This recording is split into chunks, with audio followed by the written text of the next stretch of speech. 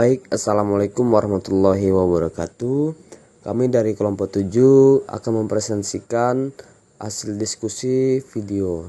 Kami beranggotakan saya sendiri sebagai moderator, Fadil Syah Mardani, MPM 2202060037. Yang kedua, Rosa Yunita yang MPM-nya 2202060018.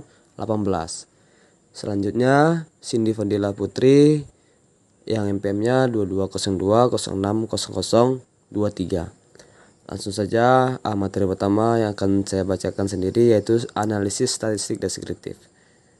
Analisis statistik deskriptif adalah langkah awal yang penting dalam penelitian kuantitatif. Ini membantu penelitian untuk merangkum, menggambarkan, dan memahami data yang dikumpulkan. Beberapa langkah utama dalam melakukan statistik deskriptif adalah: yang pertama, mengumpulkan data. Mulailah dengan mengumpulkan data kuantitatif yang relevan sesuai dengan tujuan penelitian.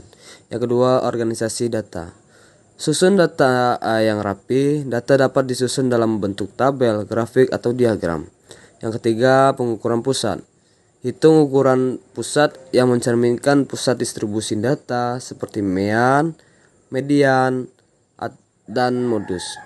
Yang keempat, pengukuran variabilitas. Hitung ukuran variabilitas data seperti rentang atau range, deviasi standar, dan variance. Yang kelima yaitu visualisasi data. Buat grafik atau diagram yang sesuai dengan jenis data yang akan diteliti. Yang keenam yaitu interpretasi hasil. Analisis data deskriptif membantu memahami karakteristik data yang akan dibuat. Yang terakhir itu penyusunan ringkasan.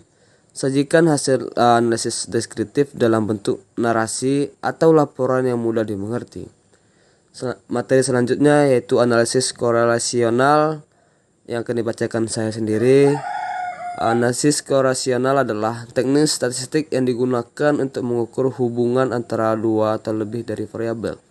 Tujuan utama dari analisis ini adalah untuk menentukan apakah ada hubungan antara variabel-variabel tersebut, dan jika ada beberapa kuat hubungan tersebut.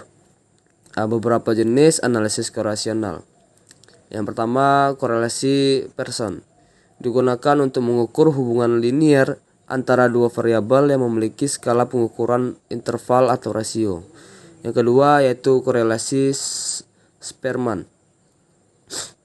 Digunakan untuk mengukur hubungan monotonik antara dua variabel yang memiliki skala pengukuran ordinal.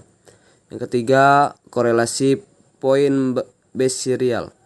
Digunakan untuk mengukur hubungan antara satu variabel kontinu dan satu variabel discontinuous.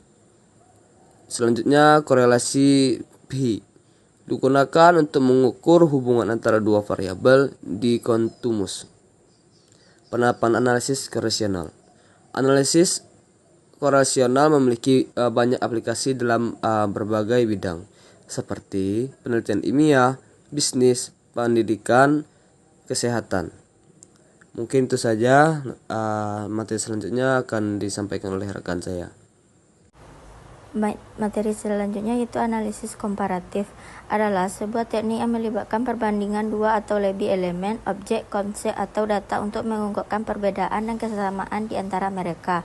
Tujuannya adalah untuk mendapatkan wawasan yang lebih mendalam tentang fenomena yang sedang diteliti, mengidentifikasi pola atau tren, dan menemukan karakteristik unik yang mungkin tidak terlihat jika hanya melihat satu elemen saja. Selanjutnya yaitu manfaat analisis komparatif. Manfaat analisis komparatif menawarkan beberapa manfaat penting. Yang pertama itu pemahaman yang lebih mendalam. Yang kedua, identifikasi pola dan tren. Yang ketiga itu pembuatan keputusan yang lebih baik. Yang keempat yaitu evaluasi efektivitas. Selanjutnya, analisis regresi. Analisis regresi adalah alat statistik yang kuat yang digunakan untuk menganalisis hubungan antara variabel-variabel dan melakukan prediksi.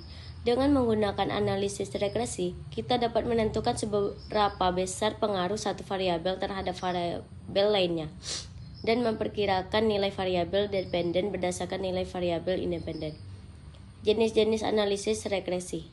Analisis regresi terbagi menjadi beberapa jenis berdasarkan jumlah variabel independen dan bentuk hubungan antara variabel. Yang pertama, regresi sederhana. Digunakan untuk menganalisis hubungan antara satu variabel independen X dan satu variabel dependen Y. Bentuk hubungan bisa linear, garis lurus atau non-linear, melengkung. Yang kedua, regresi berganda. Digunakan untuk menganalisis hubungan antara dua atau lebih variabel independen X1, X2 dan satu variabel independen Y. Bentuk hubungannya bisa linear atau non-linear.